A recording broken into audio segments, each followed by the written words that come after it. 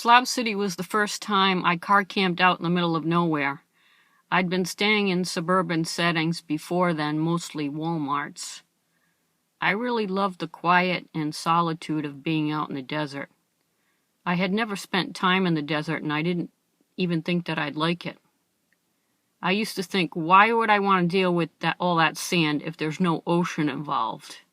But I really do like it. The desert is peaceful and it's pretty. My first night after Slab City, I found the first Walmart in California that allows overnight parking, and that was in Yucca Valley. So I was happy about that for about a minute. There was a Home Depot next door that started running forklifts at 4 in the morning. The forklifts were making non-stop beeping noises. So I got up and made some coffee at that hour and started to wish I was back in the middle of the desert. Then I was sitting there having my coffee while it was still dark out, and a police car drove up next to me, and I was like, what the hell? Overnight parking is allowed here. There were RVs just a few yards away from me. So the cop says, have you seen any suspicious behavior involving females? And I'm thinking, are there prostitutes working the Walmart parking lot?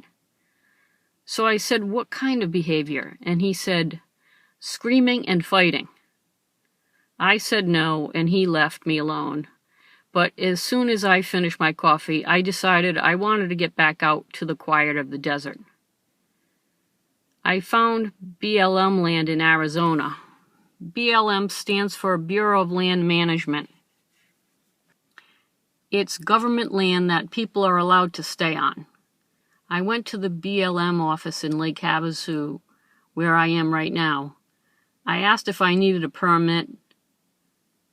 Some BLM land does charge a fee, but here in Lake Havasu I was told that I just have to leave after 14 days, and if I stay on other BLM land it has to be at least 25 miles from where I am now.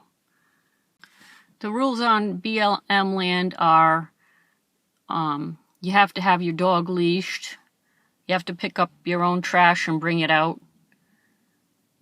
You can't stay more than the 14 days, as I said. There's quiet time from 10 p.m. to 6 a.m. No music or generators or loud parties. There is a camp host here to make sure the rules are followed.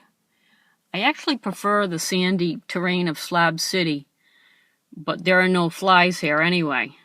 Slab City was infested with flies. And the cell service is good.